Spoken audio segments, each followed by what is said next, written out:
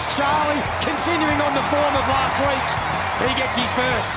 Ashcroft out of mid-air. Oh, you are kidding me! My God! Something unbelievable from the kid. That is ridiculous. He's got to be careful. Cameron had him, let him go, and Bailey will stroll in and kick another one. Kicks it to the top of the square, this time Danaher. Brisbane will win the clearance, and again it's Lockie Neal. This time feeding it out to Berry. He'll put the Fremantle defence under pressure again. Danaher. Walters got out of the tackle, and then, goals from everywhere. What a finish. Again, just taps it, this time towards the goals, and Charlie Cameron makes them pay. Welcome back to the Brisbane Lions Fancast. JB and Patrick back at it again for another week after the round 7 game against the Fremantle Dockers. Another big game at home at the Gabba. I'm getting a little bit over these Saturday day games, to be perfectly fair. I'm sort of looking forward to a couple of challenging night games coming up against the Blues and the Dons over the next couple of weeks. Nonetheless, 4 wins in a row, 4 weeks of piling on big scores, and we find ourselves in the top 4. Yeah, simple as that. Just win a few games and you're up there. I mean, it sounds simple when you put it like that, doesn't it? But it was a good performance all rounds. One thing that I brought to the show last week was I was hoping for more scores from stoppage, and we certainly did that this week, especially in the last half. Third quarter, 31 points from stoppage alone, when we've been averaging 32 across the season. So to get almost that in a quarter was a nice little effort. The one thing I did want heading into this game was to keep Freo to a sort of sub 50 point, which we didn't achieve.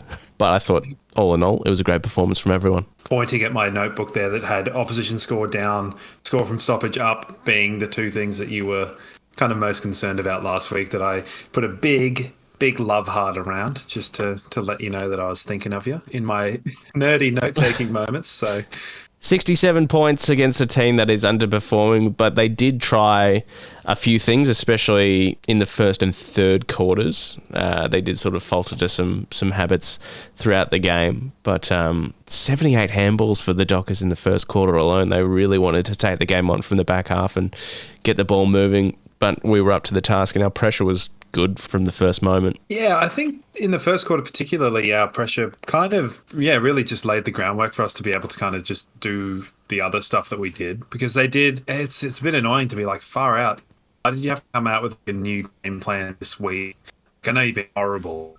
Fair play to them. They tried something and it didn't really work. The intent was there, but not the luck. Obviously, early on in the game, Matt Johnson, the big tackle on Dane Zorko, that was cited as a dangerous tackle. He's since copped a 2-match ban, which we both discussed before hitting the record button here. It was a bit strange that Zorko didn't go off for a bit of an assessment. Yeah, so I've got a couple of notes about that here. So I don't understand, if you've got someone who you've seen their head hit the ground, give them a concussion test in the current day and age. It sends a clear message. It kind of lets people know, because I think, I don't know, it doesn't really matter now, but I think Zorko still looked kind of vomity and stuff about 5 minutes after the incident. I think probably 2 weeks is probably seen as a bit harsh, but he almost full Nelson slams him into the ground. So to me, that's probably a bit like the Zach Merritt one, where Zach Merritt kind of grabs him around the neck and then sort of just jams his head into the turf. So maybe they'll use that to argue it down to a week. I don't know. There's every chance that they'll take it, but there's equal as much chance that they'll just go, 2 weeks, whatever, move on. He had apparently had a good game, I guess. Seemed to have one of their blokes had. He was pretty serviceable, and the times that Freo did move forward, I did notice him pop up a few times, so he was fairly instrumental to a few of Freo's scoring shots, so he certainly wasn't the worst on by any stretch of the imagination. Good thing to see, apart from scores from stoppages and keeping the opposition to a reasonably low score. Our spread of goal kickers was immense, 9 separate goal kickers and 6 multiple goal kickers as well. We also had 10 players rotate through the midfield, so I think all of that will serve us in good stead as the year progresses. Yeah, so to note, to begin with, it was Ryan Lester came in for his first game in a while. Joyce was out with Answorth on the bench, so I think you and I probably were a little bit happier with that. Froggy's an interesting one, he's there. He's been there forever. I don't think anyone expected that change to happen. I think most people thought as soon as Joyce goes out, it's because Darcy Gutton is ready to come back into the side. But then Fagan obviously pulled the trigger for whatever reason. It's not like Froggy's been killing it in the twos. Leicester had been playing kind of the Gardner role in the pre-season and probably through intra-club and stuff like that, but was carrying an injury himself. And probably in the past, because he was that utility in the kind of the dodgy phase, but he sort of has played a bit of more of a lockdown defender role, probably over the last 2 seasons, I think. He's come in and just put himself about. It's been a bit less scary than it had been previously because there wasn't as much sort of onus on him to actually do anything. He's got the softest hands of anyone ever. Like, the ball sort of creates a black hole of anti-sound whenever he takes a mark. Just like that was me hitting my hand on the table. But so the opposite of that. But I don't really mind it, but I wouldn't really want to see it against. We'll talk about this week coming up. The idea of him sort of playing on Silvani is a bit of a weird one. And some of the other sort of thirds, you're not sure. So fine for now. Probably not the sort of thing you'd want to be seeing in an extended manner. I don't mind it for now. I think he's more versatile than Joyce. He can move up the ground and play different roles. I think his ball use was quite good. And I think just as a footballer, he's more well-rounded than probably both Darcy and Darryl Joyce. So I wouldn't mind seeing him get a stretch of games. And I think he did nothing to lose his spot, so I think he'll at least play the next game against Carlton and potentially even against Essendon the week after. It was interesting to note, though, Fagan did say that he kind of pulled the trigger on the Joyce Leicester thing, mainly because they didn't have a particularly tall situation of horses for courses type thing. Well, I mean, as we come up against Carlton, we know that they've got 2 very imposing tall key forwards, and one of them has just had a big day out against the carcass that is the West Coast Eagles over at Optus Stadium at the moment. So it will be interesting to see what changes we make. Of course, we will get to the 22 later on, and there will more than likely be 2 forced changes with Rich and Zorko both suffering a calf and a hamstring respectively. So we will get to that later on in the show. But other than that, I thought it was that's probably one of our better performances. I mean, aside from the game against North Melbourne, I thought we won the game in a different way. We explored a few different options, and I think everyone sort of did their bit, and no one had a particularly poor game. No, it was pretty even. You know, there were standouts, and we'll probably get to that, but I don't think anyone didn't perform. Everyone sort of cropped up now and then, even if you hadn't seen some for a while. It was sort of like, oh, well, there he is doing that. There was pretty consistent effort across the board. The forward group, we already talked on, their pressure was really good. Some of the decision-making inside 50 in the first half was a bit like, come on. And I think sort of third quarter, we dropped off a little bit, but I think Fagan said it in his presser, like he was pretty ticked off about it. There were some times he sort of seemed to be pulling his hair out. I'd sort of say like a lot of the quarter 3 goals that Fremantle came away with were pretty bloody dodgy, like some weird stuff, some 12-pointers of decisions and non-decisions, just generally kind of frustrating stuff that sort of like, you know, I think they kind of maintained about a 4 or 5 free kick differential for the majority of the game. The crowd were getting a bit feisty, as they should. Yeah, and it's not often that Fagan touches on the umpires at all. He's usually a pretty straight down the line, respectful sort of a guy, but even he said that he thought the umpires didn't do the best job in protecting the head, and there was 2 very noticeable efforts, one from Hugh McCluggage, one from Cam Rayner. And I think maybe they're more noticeable because they're in our forward half and almost certainly ends up in a goal. And I think Cam Rayner ended up with a goal from one end anyway. But they were very obvious high contact free kicks that should have been paid. And the umpire said, no, you ducked into them. And yeah, the argument was there to be made. But I think 9 times out of 10, those get paid in any other match. Yeah, the way Brayshaw tends to be able to draw a free kick kind of, you know, begs the question as to who's drawing what. But the petulant child in me wanted to see Cam Rayner go to Pearce after the goal he kicked and sort of get in his face. But instead he just celebrated with his friends, so fair. Partner and I were having a discussion, having seen some of the photos in the press coming out with Pearce and Longmuir in the papers. Yep. She said she couldn't take Pearce seriously with that flowery bucket hat, and I couldn't take Longmuir seriously with his garb because he looked like an absolute moron.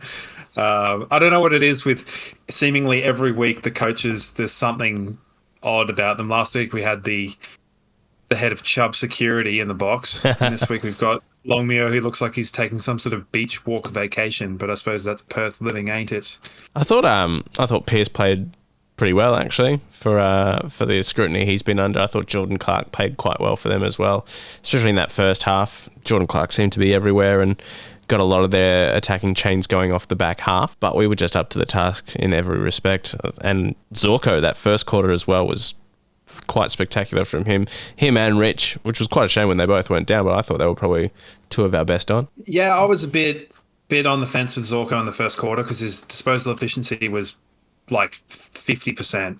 So he was gaining a lot of meters and it was coming straight back the other way. So that was something that was either missed, whether I was paying too much attention to it or not. But he got a lot of ball, but I thought his disposal, which is normally really, really good, was not. And then after he'd been brained, his one-handed sort of kick inside 50 was awesome. So that just sort of washes it over and you forget about the other stuff a little bit. So, but yeah, it'll be interesting to see what happens with those two. I wanted to talk about Big O. Like, I don't think there's been a player that's had like less sort of screen time than him this season. He got a bit in the first game, so I remember being sort of sitting there thinking like, he looks fit and strong, and then sort of haven't really seen a close up of him in a while.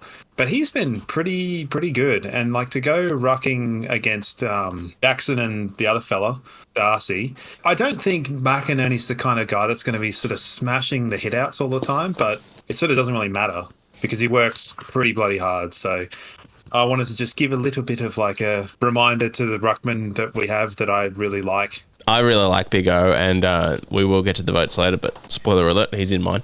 I did want to ask you a sort of a question without notice in this episode of, with Oscar, where do you think he sits in the league for ruckman? He's not a marquee headline-grabbing ruckman, but I would say top 10. Yeah, he'd be in 5 to 10. So if you're looking at the number one ruckman per club, he probably sits in that 6 to 10. At the same time, there are some pretty bloody good rucks for some kind of crap teams. Like Wits is really good. There are some other teams that I'm sure I don't even know that are pretty good. So I don't know. Like you can be kind of a garbage team and have a good ruckman. But I think he suits the team and he gets around the ground and he makes impact and he normally is pretty good for sticking some marks and hitting the scoreboard. Less so now because I think they are trying to clear the forward line. But yeah, I mean, I'd have him in 5 to 10. I don't know what arbitrary number. Yeah. But I think even if he does get beaten in hitouts, he tends not to get beaten around the ground. No, I don't think so. And one thing that he has been fairly consistent at and has really sort of noticeably upped his game this season is clearance work. He's got that confidence in himself when he knows he's got a ruckman beat that he can grab it out, bang it on the boot and get the ball moving forward, or do a big Clark Keating and just punch the ball forward 20 to 30 metres as well. So I think that particular aspect of his game has come along a long way. On the flip side, you can be a really good team like Geelong and not have a top 15 ruckman. Like I wouldn't put Stanley up there. I think Blitzarves is probably a better ruckman, but is not often played as a ruckman. They had De Koning in the ruck this week. Yeah, it was pretty weird and pretty terrifying to again see Blitzarves lining up as a centre and being like, okay, so you got this 200 centimetre like headband, chiseled jaw fella running around like a maniac. Who'd want to play footy? I was going to say who would want to play ruck, but then who'd want to play as a rover and be stuck on Blitzarves? Like, can you imagine? No, thank you. Yeah, no, I'm right. Big O was great. There's not really too much to say. Like Lincoln McCarthy was outstanding. Yeah, it's good that he finally got to hit the scoreboard because the first couple of weeks I was riding him a little bit. He was in that pack of 3 players with McCluggage and Bailey and McCarthy I threw in there as like these guys are capable of more and I would like to see more and I'd still like to see a little bit more, especially from Hugh McCluggage, who had some really good moments and then had some really garbage moments on the weekend. So if that ratio can fix itself, I'll be happier. But his last 2 or 3 weeks, especially, McCarthy has been really good without exactly reaping the benefits on the scoreboard. So it was good to see him put through 3 goals on the weekend as well. Yeah, very reliable. And it was kind of funny at one point to sort of completely bloody battered on the sideline. It's like just the old man's club of just like my back hurt and my neck hurt and my hamstrings and calves. It's like, like you're getting old, boys. But he did well, like McCarthy. I'm just having a look here for McCluggage just to sort of see what his sort of jibe is. Yeah, I mean, he's sort of just plucking along. Yeah. It's interesting to see opening bounce Rayner back in the middle and Bailey starting forward. And I thought Bailey's pressure in the first quarter was pretty hot and probably did a lot for him. He got a couple of goals, which was good. He had one smothered by Pearce that was sort of like, the sort of thing that everyone would ever do in that situation. It was just a really good smother. I've got an odd one here in my notes. It says hospital pass to opposition with a big tick next to it. Okay. I'm wondering whether that's a viable strategy. If you're in trouble, just put it on an opponent's head and murderize them. It's probably why I'm not a coach. It's a bold strategy. I don't think many coaches out there would be instructing anyone to purposely, hospital-wise or other, kick it to the opposition. But oh dear. Look, who knows? You may be the next Alistair Clarkson, and then all the coaches could be following your lead. In fairness, that is next to the note that says, "Does a kick backwards equal negative meters gained?" Which in itself is also followed by the season average should be a stat aggregation like diving, where you lose the lowest rank and the top rank to lose a mulligan and lose the proverbial like North Melbourne game. Yep. So I don't know, maybe like I wasn't on something. I mean, I'm taking antibiotics at the moment, but I don't think it does that. So 2 weeks, we've seen 2 goal of the years, like bolt-on goal of the years. Yeah. Do you reckon Charlie's filthy that he had goal of the year sewn up for less than a week? Yeah, I reckon he would. I did say off camera, I'm like, he probably has about 10 cars more of a wage than Ashcroft, but like, then you sort of said it's not really about the car, is it? And you're right, it's probably not the car. Is it even a car? Who cares? Yeah, I know. People just sort of use the car as a measuring stick of the prize for goal and or mark of the year. It's just a Bruce McAvaneyism, isn't it? Yeah, probably. Yeah, well, if it's a car, hopefully it's like not something awful like a Nissan Pulsar or something. Well, what were the? Well, I suppose some garbage one that was on Wheel of Fortune back in the day. Oh, an Alfa Romeo. Oh, the Proton. Give him a Proton. All 14 K's worth of it. Sorry to any of the listeners who may drive a Proton. They can't afford to Bluetooth the podcast into their Proton, so they're not listening anyway, so don't worry about it. Yeah, fair dues. But having said that goal, we'll have a bit of a chat about it. That was just silly, wasn't it? Yeah, I mean, we got philosophical last week. I had feedback about that, a bit of a quotable one of life being intent and luck, and that right there was it epitomized. Yep. But just probably like, intent, skill and luck, because I've tried doing that at the park, like the catch and kick one, and I swear I nearly like pop an Achilles and do a hamstring. So the Achilles on the landing foot, the hamstring on the kicking foot. So hard to do. I think the skill level of that versus, because I said the Charlie Cameron one was amazing, but it's the sort of thing that you do see if you watch soccer a fair bit. Whereas I understand in the context of AFL it's a bit different, but the catch and kick one you might see out of who's that guy that did it running through Garlett? Did it through like catching it out of the ruck and doing it in the goal square? Daniel Wells back in the day. Daniel Wells, sorry. And people do it occasionally, and you're sort of like, well, what did that really get you?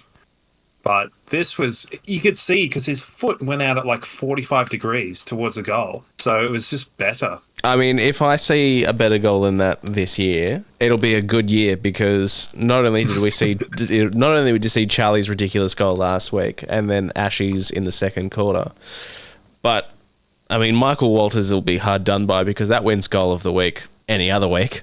Yeah, it wins a free kick on most other weeks. So true. Place the ball on the ground. It's holding the ball. I mean, yeah, there's been a bit of discussion about that of Harris Andrews' restraint in the tackling, because obviously the head injuries and the sling tackles has been under the microscope fairly heavily, and he did have a slinging motion, let go of the tackle to, I don't know whether it was just he let go because he broke the tackle, or whether he did that, cognizantly to not slam him into the ground and avoid himself a suspension.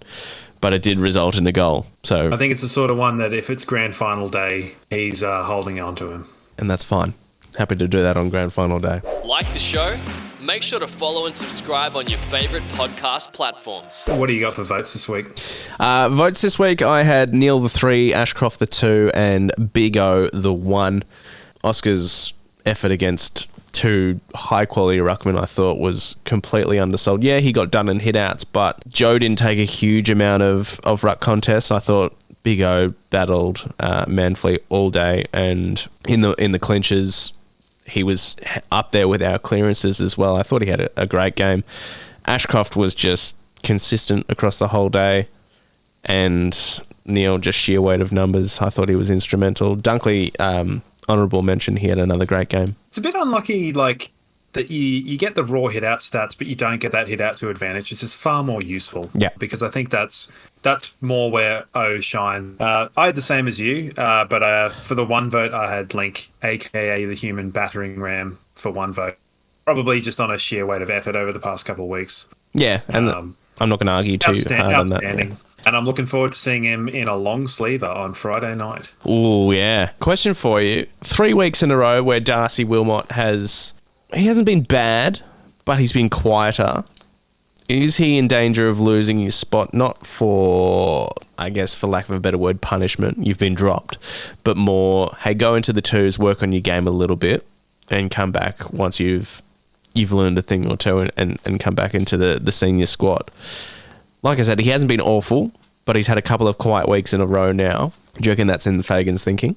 I don't think so. I think his raw kind of athleticism is kind of allowing him to I think he's learning a lot and would have learnt a lot in the last couple of games on how to play on different types of wingers. He is still pretty new, obviously, but I think that there's probably an element of what he's doing in the last couple of games is kind of learning. I think there's a lot of work that he's probably doing. Hard to say, just in terms of wingers are so much more than their raw numbers, and it seems really secure on his side of.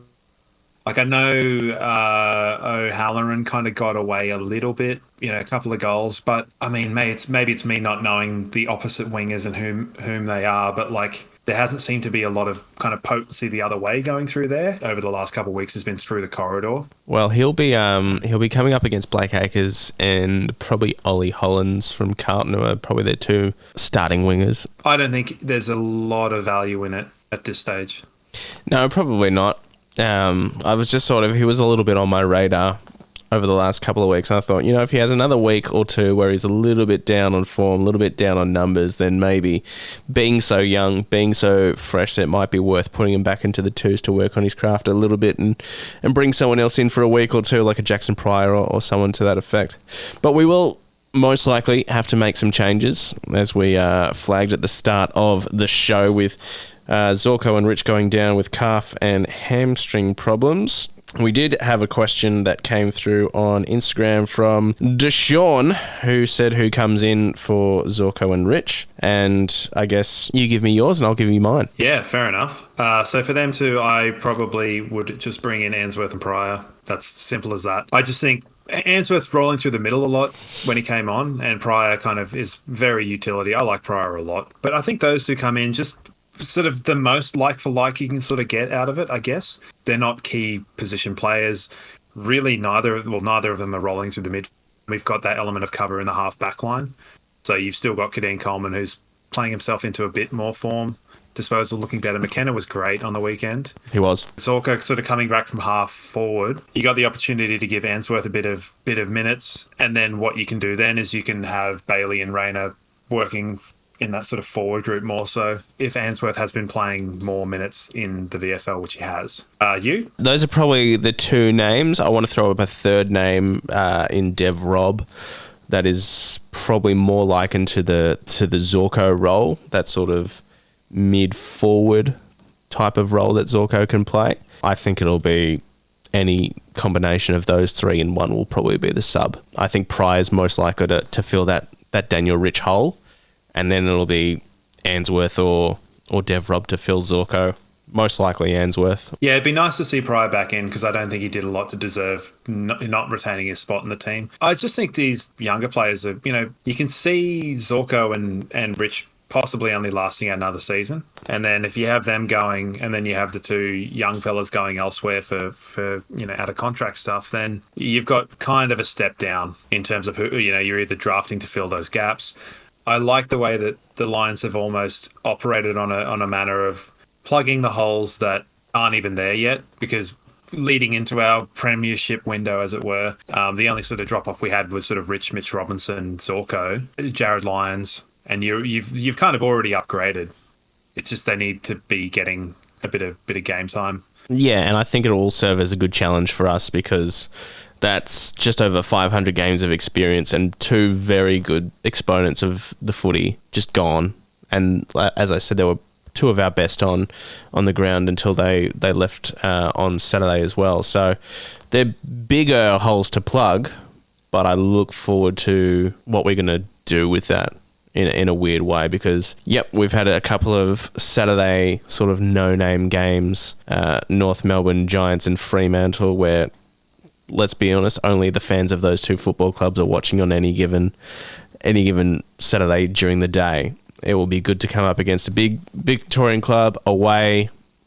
I'm not going to say backs against the wall, but a different challenge that we haven't had in a while of covering injuries, because our injury list has been clean. Yeah, it has. Interesting that prior to the game, Fagan sort of said that we've come up against a few teams that have sort of been backs against the wall or on notice, being Port Adelaide in round one with Ken Hinkley's kind of the Warren Treadray garbage disposal committee, and then Western Bulldogs obviously had to pull something out. Fremantle didn't perform. Kind of happy that Carlton got a win, because if they had been going into Marvel needing season on the line kind of thing, I feel like that would have been a pretty hostile environment. We'll wait and see. Have you got any other changes going into this game? No, I would keep Frog on for a couple of weeks. I don't see the point in just bringing him back for a week and then pissing him off again. I think he plays a very similar role to Dara Joyce or Darcy Gardner. And the other thing that popped up on Reddit today, which I said was an interesting discussion point, I asked this person if I could borrow it, Snowflake Smasher _86 on Reddit, who is our self-proclaimed number one fan. So just to put it out there, he was the guy that asked me about my name and the Greek. Sorry to sound so satirical when I said it. I wasn't getting that. I just sort of, I have a name, He said that Froggy is now a better defender than Darcy, and maybe our recency bias is playing into that after Frog played a pretty good game on Saturday and has been a good servant of the club for probably over a decade now. Whether it is the recency bias, I kind of agree. I think Darcy is probably a better defender, but I think if you lay out all the attributes of a footballer, I think Frog's got the points there. I think he's a better, well-rounded footballer, more versatile, better user of football by a long way. It's interesting because there was a few years ago, probably 19 and 20, Darcy Gardner's being talked about as a potential All-Australian. Yeah. So it's hard. I think his body's hurt him a lot, and I think he was a victim of some pretty poor circumstance last year, particularly the Richmond game at the MCG and in the Geelong preliminary final, where, it should have been a 50-metre penalty to us, and it got turned over in the Richmond game, and then the other one. Him and Zorko looked horrible in that preliminary final because they were just trying to get stuff going. They weren't alone. They weren't alone. I know, but everyone was horrible. I don't even think I watched most of that game. I didn't watch any of it back. That small child Geelong family behind me really rattled my brain at the game. But they were kind of taking aggressive kicks and they looked horrible. It looked really bad. Everyone was sort of rattled and they were still trying to play through the corridor. So I don't know. I'd say I don't agree with that because I think Gardner still has leg speed over Frog and has the ability to play tall and play small. Froggy's kind of got more of a kind of Goldilocks style of, if it's the right player, he can play well on him. I think he played quite well on Jack Rewalt one time. He did, yeah. And then on the other side as well, where that 2020 prelim against Geelong, he got sent the job to just tag Dangerfield, and he had, not too many people played well that night, but Frog did. Kept Dangerfield relatively quiet. So I think he's got a bit of versatility in that respect. Yeah, hard to pick. I think if both are fit and there's a guarantee of Gardner not breaking down, I'll probably pick Gardner. But it's not to say It depends on the lineup as well. It depends who we're playing.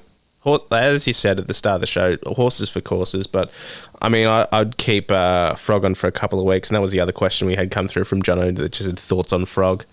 I don't think there's a Brisbane Lions supporter out there that doesn't, I mean, not love him, but have a soft spot for Ryan Lester, who has stuck with us through some pretty garbage times and had, I think, how many of his contracts over the last, 5 years have been 1 year as just sort of good bloke contracts.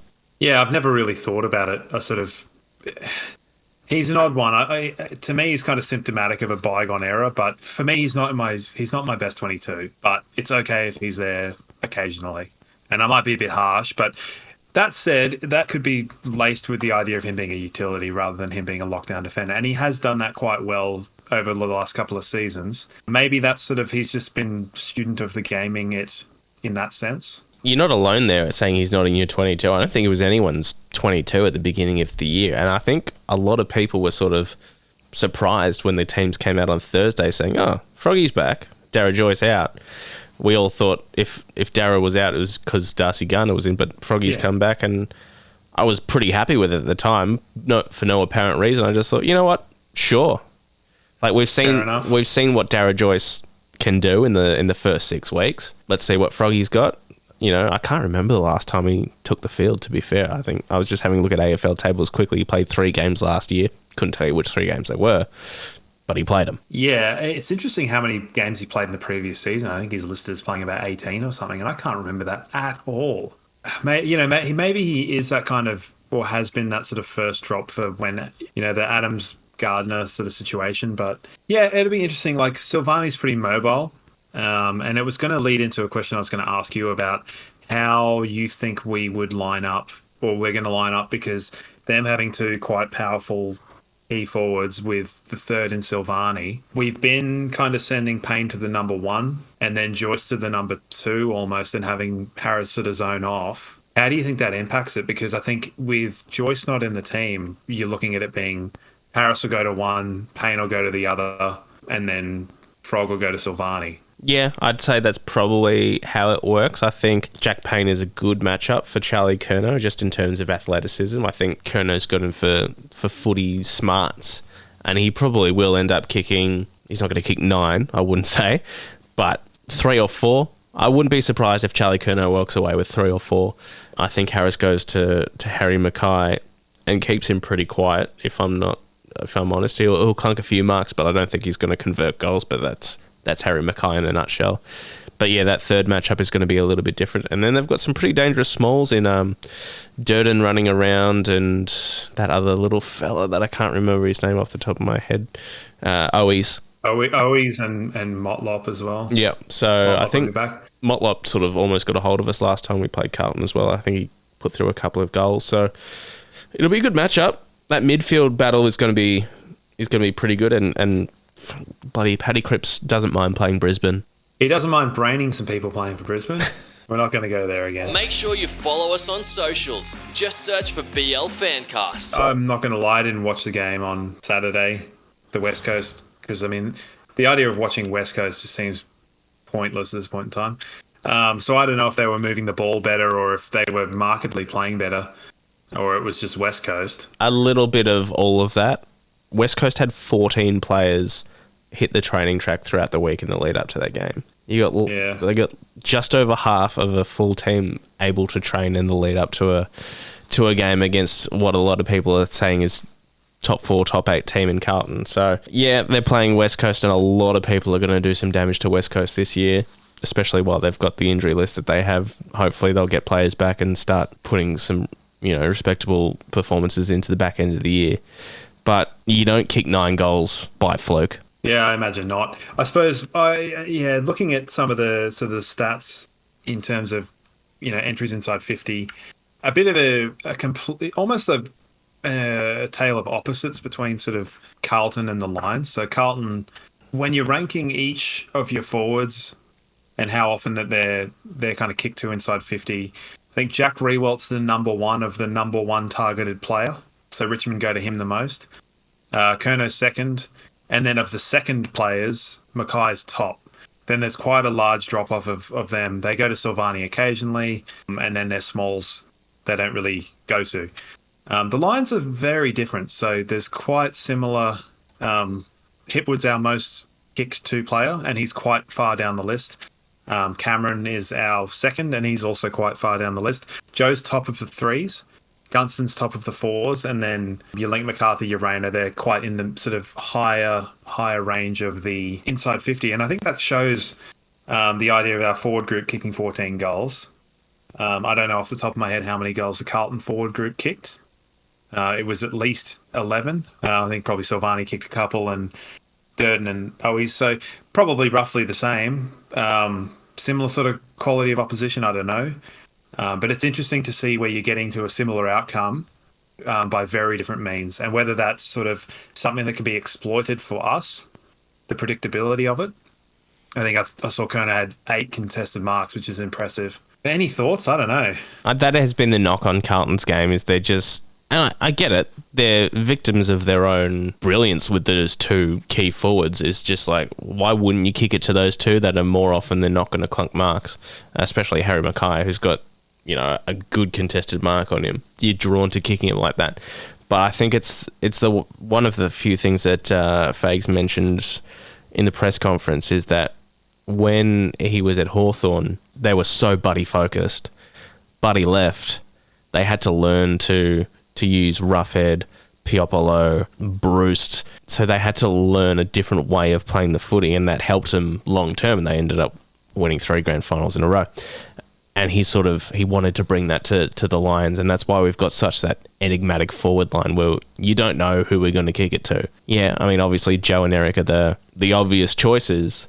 Well, apparently not, because Charlie Cameron's the second. Yeah. So whether that's because Danaher's been up the ground rucking, maybe it's a circumstantial thing. And then you've got players on the weekend. I mean, Ashcroft bobs up and kicks a couple.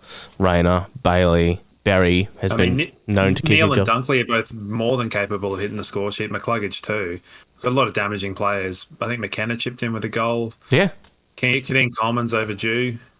I think Rich was being told to shoot at every opportunity. So there's a lot of potential for scoring from all parts of the ground, and then there is the propensity. But for me, the 14 goals of the forward group against Fremantle was more...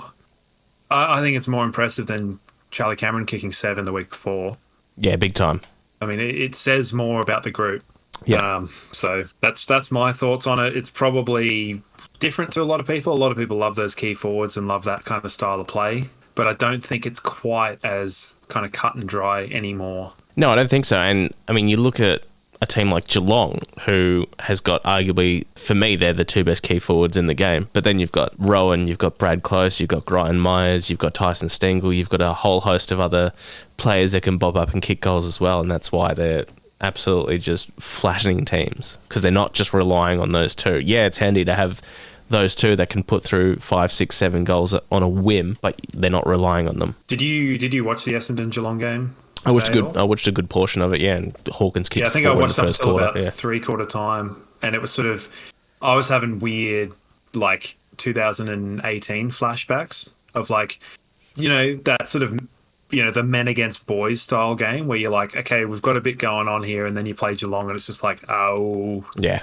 they match up against those young developing teams so well, which is, it's interesting that all the teams they played in the final series last year were, in essence, kind of that slightly more developing team. I know we should have been right, but we weren't. But a lot of them were younger teams. So interesting. They're still pretty terrifying. Yeah, I mean, after 0-3 and a bit, up until halftime in that game against Hawthorn, it was 50-50 at best, and then they decided, you know what, it's time to beat Geelong again. And then since then, it's just been pedal to the floor, make a mess of anyone in front of them. So they're coming, and they're coming hard. So, I mean, never count Geelong out. I think they'll be back up there again, of course. It's interesting hearing a lot of the stuff about Justin Lepage being sort of first on the blocks to be another AFL level coach.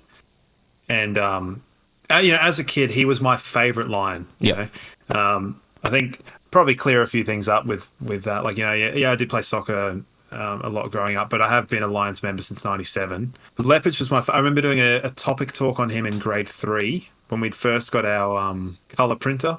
Nice. Had a little 2 A4 pages sort of together and talked about him and how he was a forward and then he got put into a defender and he kicked all these goals.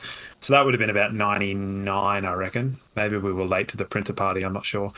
But yeah, the way that he nearly killed the club, kind of, it's like I don't really want to hear or see too much about him. To be honest, it's hard. I mean, he could only do what he could with the list that he had. I do remember when he came into coaching, he's like, yeah, the game style we've got, we may not win every game, but we're not going to get blown out of the water like we have been. And then 138 points to Adelaide later. You're like, I thought you said, didn't you say this wasn't going to happen? Because this is happening quite a bit. I don't like it anymore. Yeah, I went to quite a few games, I think, in that last Leopard year, and it's sort of just like depressing.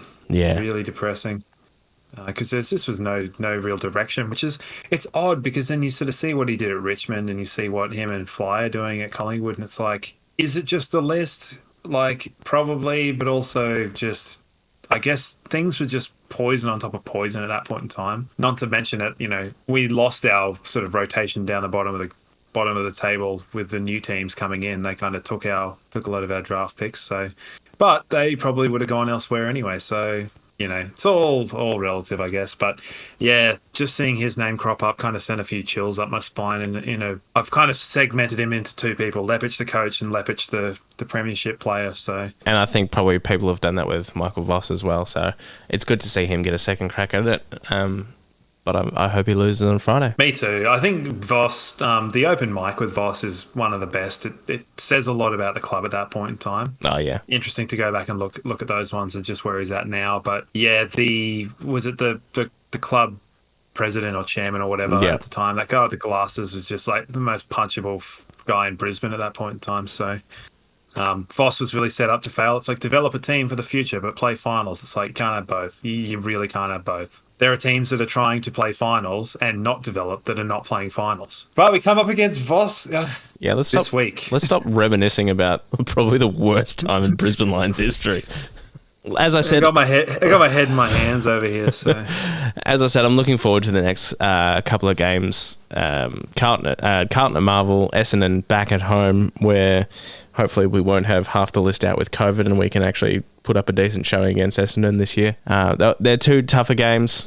They're not just tucked away in suburban grounds or at a 1 o'clock on a Saturday where you've got Lee Montagna doing the play-by-play solo for the entire game. If I can avoid that again, I'll be happy. Get in touch anytime. Shoot us an email at blfancast@gmail.com or join the Discord. Neil was fantastic, just by the way. Oh, yeah, absolutely. He hasn't lost it. We sort of just didn't even mention him, but he had like 1 billion contested possessions. So we just sort of expect that from Lachie Neale now. And, yeah, continue on your merry way. It's been good that we haven't had to rely on him to do that every week to get wins, and I think that was a big part of getting Josh Dunkley in, is to spread that load, but he's obviously still capable of doing it like he did against North and like he has against, and it's the first time actually noticeably that he's played a game like that against his old side, which I'm sure he would have loved. Good point. I'm kind of with that small child though, that he needs to hit the scoreboard. So yeah, and that has dropped off a little bit this year. He was kicking goals sort of last year, the year before. That has dropped off a little bit, but if we can come back. And what a good problem to have if we can have another midfielder just adding to that, long list of goal kickers. Him and Dunkley have been sort of shooting blanks this season, so and they're kind of two more historic goal scoring midfielders. So, that's fine. Bring that out second half of the season. Just to rub salt in the wound, Sandy Roberts the whole night called me Big Jeff Brown. Jeff, did he? Oh no! Let's get into our obscure/nostalgic player of the week. I forgot about this. It's not me, is it? No, it's me this week because you had Shats last week. Gave me heart palpitations there. So. No, I've got this one lined up, and I'm going to take you back to the year 2012. Pandemonium at the Gabba. Obviously, all the talk is about James Polkinghorne's torp. Just prior to that, I believe it was Niall McKeever running back to the square with Jack Darling, and Jack Darling had him beat for pace, but all of a sudden Niall McKeever with an errant fist rushes that ball that set up the play to get the Polking torp through. So Niall McKeever, the Irishman, is my obscure/nostalgic player of the week. 22 games, ended up with 2 goals. One in 2011, one in 2013. 2 goals, 1 he finished on, and just the guy we thought, you know what, we made a great AFL player out of Pierce Hanley. Why can't we do it with Noel McKeever? Well, we didn't. We didn't. Did he play in international rules? I don't believe so. Oh, he might have played for Ireland, actually. Yeah, I mean, he's not going to play for Australia. Jesus. I think he possibly could have played in international rules before he started playing for the Lions. Yeah, I'd one of say those so. ones where he probably got like club faced by like Campbell Brown or something like that. So I'm sure he gave out as much as he copped. I guess so. He looks pretty friendly. An odd little fella, eh? I know I say that about virtually everybody, but Well, my memory is he was actually fairly tall, Noel McKeever. I mean, he's just Irish, so that's why I say he's an odd little fella. 196. They're all Yeah, had a bit of height. yeah. Irish by nature are just little fellas, aren't they? I suppose so. Or am I getting a bit too Kevin Sheedy for this? Like prior to Croke Park, I don't know. Yeah, I guess they're not all leprechauns. No, no. He's definitely a name I kind of didn't sort of feel too weird about being on the team sheet. So, but yeah, definitely in the dark days period. But what an involvement! Again, we've kind of gone for this sort of people around a moment. Yep. The Noel McKeever. Yep, he's our nostalgic player of the week. As we wrap up, any final thoughts about the game against Freo or the game coming up against Carlton Friday night? Good to be back in prime time. Yeah, I'm looking forward to this one. So in fairness, I guess it's a bit late, 7:50. That's going to be a late one getting home on the train. So, Ooh, yeah. the old V line out to wherever the hell I live. It'll be good. I'm sure we'll get a great turnout. Lions never fail to do that, and I think given the form, hopefully everyone's sort of forgotten about that Western Bulldogs game. I just hope they perform in a way that we haven't seen them perform in Melbourne. Aside, the final against Melbourne aside. It was the game in 2021 against Carlton was the last time they performed at a solid standard. So I would like to see that. I want to see them play better. I want to see the intent. I want to see the effort. I want to see the win. I mean, we all want to say that. 4 weeks in a row that we've got the win. 4 weeks in a row we've put on 100 points. So we're tracking pretty well. We found ourselves in the top 4. Yeah, we've had a couple of winnable games and some soft kills, so now the next 2 weeks are a bigger challenge. I'm really looking forward to it, especially without 2 of our more experienced players in the lineup. I guess we still don't know the outcomes of those. Maybe they're more on the minor end and they are even a chance to get up, but I dare say, being that the age they are, that Fags will give them a week off regardless. No VFL this week as well, just gone, so nothing to report there. I did actually look at VFL this week going on. I was hoping for a curtain raiser and I didn't get it. It's at Icon Park at 11 o'clock on Saturday morning. So get out to that one maybe. I don't know if I will. I don't know if I can be bothered. Depends on probably the result of the Friday night. But yeah, I did do my research this week. If you've got a mate that loves the Lions, tell them to get the podcast into their ear holes. Aside from that, around the traps of the AFL, we've touched on a couple of things, a couple of the games, but the bid for Tasmania came in. Obviously, Fagan being a Tasmanian. Didn't that take up 80% of the press conference on Saturday? Yeah, I didn't watch the press conference again because I forgot, so sorry. Yeah, he does tend to get asked about that a fair bit. So you said it was 2028. They're looking like having a team in the competition. Yeah, it certainly looks that way. 2028 is the sort of the earmark date, but that looks basically over the line at this point. The presidents have all got to tick off on it, and it looks like Tuesday, Wednesday that will be given the official green light. So looking forward to that. I think it's about time. It was always going to happen. So now it's finally here. I've got a question. Yes. When is the Gabba being redeveloped for the Olympic? Is it the Olympics? Yeah, 2025, 2026, I think work on that starts, and it looks like QSAC has had some official plans put forward to government, but that doesn't mean anything. It's still QSAC or RNA is the ground looking likely. When is the Brisbane Olympics? 2032. So Tasmania are going to come in. Our stadium's going to be under development. So we're not going to have anywhere to play. Could the Lions be screwed? There's no chance. What do you reckon with that? So with the Gabba being redeveloped, which, fair enough, I guess. I love the Gabba. I haven't been to a stadium more in my life, but I love the Gabba. What do you reckon they should do in those seasons? RNA Showgrounds, if they can redo that over the next couple of years, build the capacity up for that to sort of a 30 to 40,000 boutique stadium, and I think that will have a bit more longevity moving forward. It's central. You mean like RNA Showgrounds, like where they do the Echo and stuff? Yep. All right, I would have been able to see that from my apartment. Do you remember I was at that apartment in Bowen Hills? Yeah. Well, there you go. You could have watched the games from your balcony. I'll have to move back in there. All right. Yeah, I don't know. Like, I'd love to see him do a bit more for the Victorian fans over that point in time. I feel like if the fans can push that, because there are a lot of them down here and they do show up a lot, and I think they'll continue to show up. Yeah, I'd love to see them do a little bit more for Victorian stuff down here. You know, maybe push for half the games down here. I don't want to see him playing at... I feel like that's better than playing at Metricon or playing at... Yeah, Metricon is it's down the list. I think the list of sort of preferences would be RNA, QSAC, Brighton Homes, Metricon. QSAC's the one at Macrovat, yeah? Yeah. Yeah, the old sort of, like, where they do running and shot put and stuff. Yeah, and that's got almost 50,000 capacity at the moment, and plans have been put in to redevelop that and make it look a bit nicer, potentially. Similar dimensions to Geelong, is quite narrow and long. I want to say I went to a Broncos game there back in like the mid-90s. There might have been some sort of actual horse running around the track. They still do that, the Broncos, by the way, the actual horse. Yes. Yeah. But yeah, the Broncos did play there for a number of years while Suncorp was getting fitted out. So that's another option. Yeah. How was the atmosphere at the game? It was fine. Compared to the last time, Easter Thursday Collingwood game, it was well down. But yeah, still a pretty healthy crowd, more than I thought for a Saturday day game against Fremantle.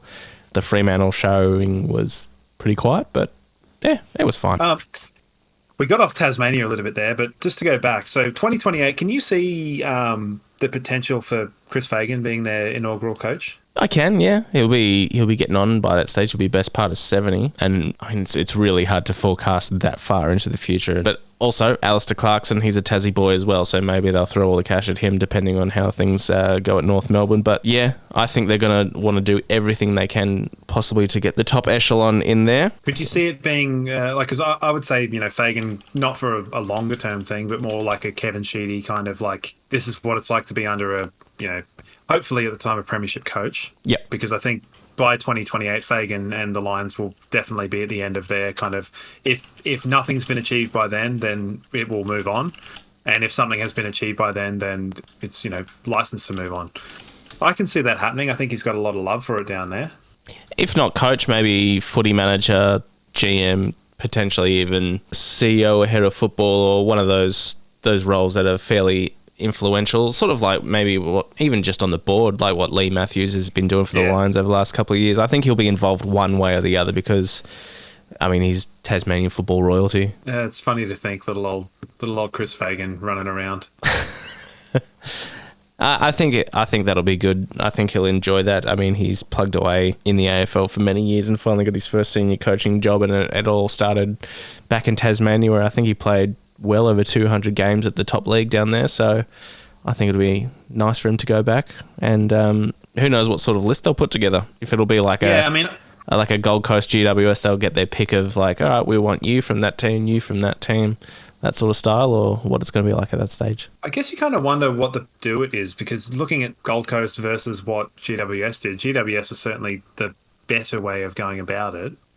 Gold Coast sort of all sizzle, no steak, and you know, GWS were pretty garbage for 3 years, but then I think 12, 13, 14, they were bottom 2 or 3, and they popped up for a prem final in 2016. So yeah, I mean, you could argue that they've both won the same amount of premierships in that time, but yeah, that first couple of years, I mean, if Daniel Merritt's kicking 7 goals on you, you're not a good football team, I guess. I'll never forget that day. I think it was 5 in the first quarter or 5 in the first half or something to that effect, and then 7 in total. But yeah, I think GWS obviously navigated that pathway into the AFL much better. And yeah, I mean, I guess you could argue they're suffering for it now. They had all that top end talent that has inevitably walked out on them, and they had some salary cap issues, and it might be a while before they find themselves in the next prelim, but Yeah. Do you think that the Tasmanian experiment can learn a bit from that? Because GWS obviously in a situation where they had a lot of high draft picks, and then they ended up having a lot of player turnover through that because people that are high draft picks naturally tend to think they're pretty good.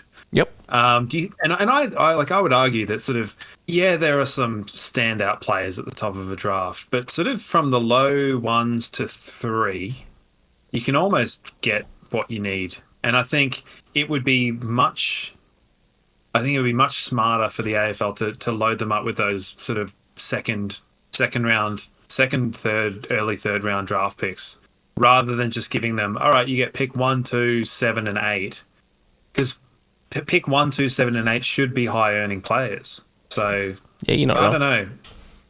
Something to think about for that, because I think Eddie Maguire was saying on Footy Classified that there's not a great deal of drafting talent coming out of Tasmania. I think it's something like 7 out of 800 or something like that. Yeah. Don't quote me on that. And I think that's part of the push, and a lot of conversation I've been hearing about Tasmania is that sort of higher level Tassie players are more than happy to just play sort of country footy where they're earning a decent wage rather than sort of push for the AFL because they know they're no chance. So stay home, earn enough money to make a living, and that's all she wrote. Whereas, if the fruit's there to be picked to play top level footy, then maybe might take a while, but the interest will start trickling down to the lower levels, like we've seen in Queensland. Like Queensland uptake in footy, men's and women's, is just skyrocketed in the last 10 years. So hopefully it'll have the same effect.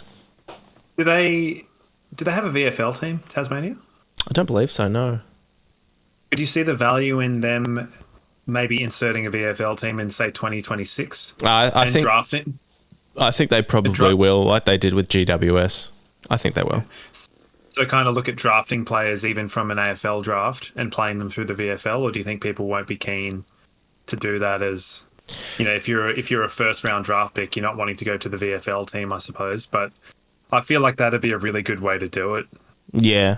It would just require a bit of patience, so...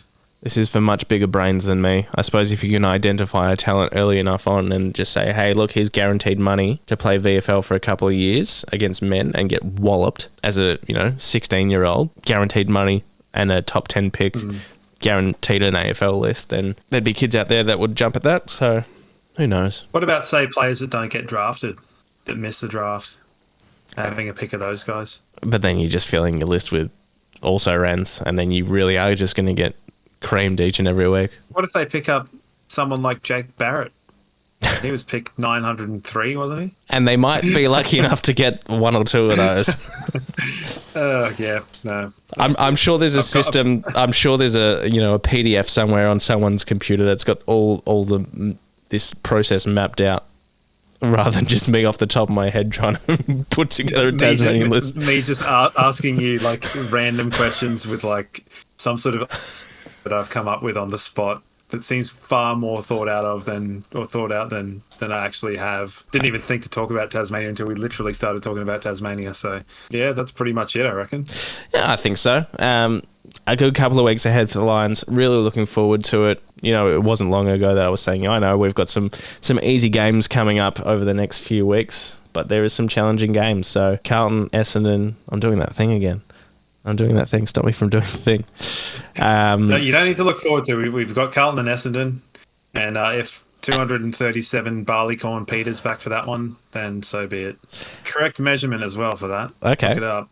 I like that. Q Clash at the Gabba, and then Adelaide at Adelaide Oval. So some tough games ahead. Looking forward to it. But I do want to leave you on one thing. You little beauty!